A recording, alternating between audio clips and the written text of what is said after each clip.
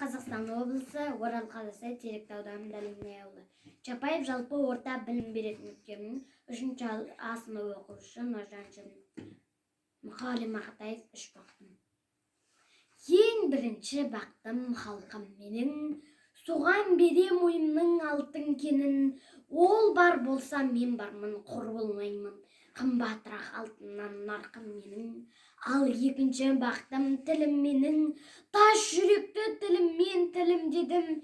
Кейде дүниеден түгінсем де, қасиетті тіліммен түңілдедім. Бақтым бар үшінші отан деген, Құдай деген кім десе отан дерем.